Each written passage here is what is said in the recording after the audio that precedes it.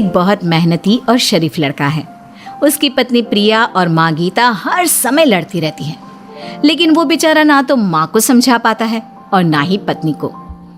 उन दोनों की लड़ाई में नुकसान हमेशा विकास का ही होता है। एक दिन विकास थका हारा ऑफिस से घर लौटा। प्रिया, चाय बना दो ना, मैं बहुत थक गया हूँ। अपनी माँ से कह दो, बना देंगी। वैसे भी तो दिन भर खाली बैठी रहती हैं। माँ, आप ही चाय बना दो ना। पत्नी के बोलते ही माँ के पास आ जाता है। तेरी पत्नी के हाथ में मेहंदी लगी है क्या? बोल उसे, वो क्यों नहीं बनाती? आप दोनों से बोलकर ही गलती कर दी मैंने। मैं ही बना लेता हूँ चाय। बस ये बता दो, आप दोनों को पीनी है या नहीं? बेचारा विकास थका हारा ऑफिस से आया और चाय बनाने किचन में घुस गया। चाय बनाते बनाते वो सोचने लगा, क्या किस्मत है मेरी, कोई चाय तक पूछने वाला नहीं। ऑफिस से थके हारे आओ और खुद चाय बनाओ। हे भगवान, ये दोनों कब सुधरेंगी? विकास चाय बनाकर ले आता है। तीनों चाय पीते हैं। चाय पीकर प्रिया ने कहा, चाय तो बहुत अच्छी बनाई है आपने, मजा आ गया। आज बहुत दिनों बाद इतनी अच्छी चाय पी है। हाँ, देख ले, ऐसे बनती है चाय। तेरी तरह नहीं, पानी उबाल कर दे दिया बस। अरे कुछ सीख ले मेरे बेटे से। माँ जी, आप ही सीख लो ना कुछ। आप भी तो ऐसी चाय बनाती हो जैसे काढ़ा बना दिया हो। अरे अरे, फिर से शुरू हो गई आप दोनों। मैंने चाय आप दोनों की लड़ाई खत्म करने के लिए बनाई थी, लेकिन आप दोनों किसी ना किसी तरह लड़ाई करने के बहाने ढूंढ ही लेती हो। वैसे कल मैं ऑफिस नहीं जा रहा हूं, इसलिए आप दोनों से हाथ जोड़कर कहता हूं कि कल घर में मुझे किसी तरह की कोई लड़ाई नहीं चाहिए।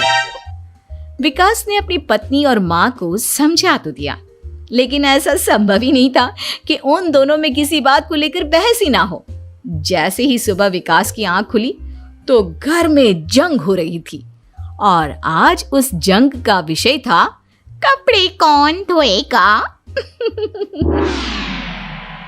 माँ, प्रिया, आप दोनों को कल समझाया था ना कि लड़ाई नहीं लड़नी है। मैं अपने घर में एक दिन चैन से रहना चाहता हूँ। ये बात क्यों नहीं समझ में आती आप दोनों को? अच्छा जी, मैं कहाँ लड़ रही हूँ? आपकी माँ ही हर समय सर पर सवार रहती है। अगर ऐसे ही चलता रहा ना तो मैं घर छोड़ दूंगी। अरे तो चली जाना, तुझे रोका किसने है? तेरे जाने से मुझे और मेरे बेटे को थोड़ा चैन तो मिलेगा। और नहीं जा सकती ना तो बता दे, मैं ही ये घर छोड़ देती हूँ।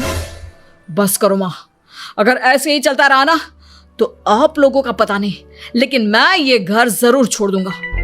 अब ये बताओ, लड़ाई किस बात पर हो रही है?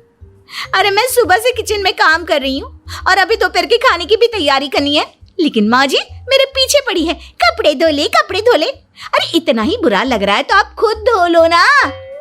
हाँ हाँ, धो लेती, तेरी तरह काम चोर नहीं हूँ मैं, लेकिन सुबह से घर की साफ सफाई कर रही हूँ। अब कपड़े नहीं धो सकती। मेरी कमर में वैसे ही दर्द रहता है। कपड़े धोकर अपने लिए और मुसीबत खड़ी नहीं करनी है मुझे। जब माँ और पत्नी का झगड़ा हद से ज्यादा बढ़ गया तो दुखी होकर विकास ने कहा, चुप रहो आप दोनों, चुप रहो। मैं हूं ना, आज मैं कपड़े धोऊंगा। माँ, आप घर की सफाई करो और प्रिया, जाओ तुम किचन में खाना बनाओ। बेचारा विकास कपड़े धोने चला गया। कपड़े धोते हुए सोचने लगा, क्या दिन आ गए, कपड़े धोने पड़ रहे हैं। अगर मेरे दोस्तों को या ऑफिस में किसी को पता चल गया कि मैं घर पर कपड़े धोता हूं, मेरी क्या इज्जत रह जाएगी।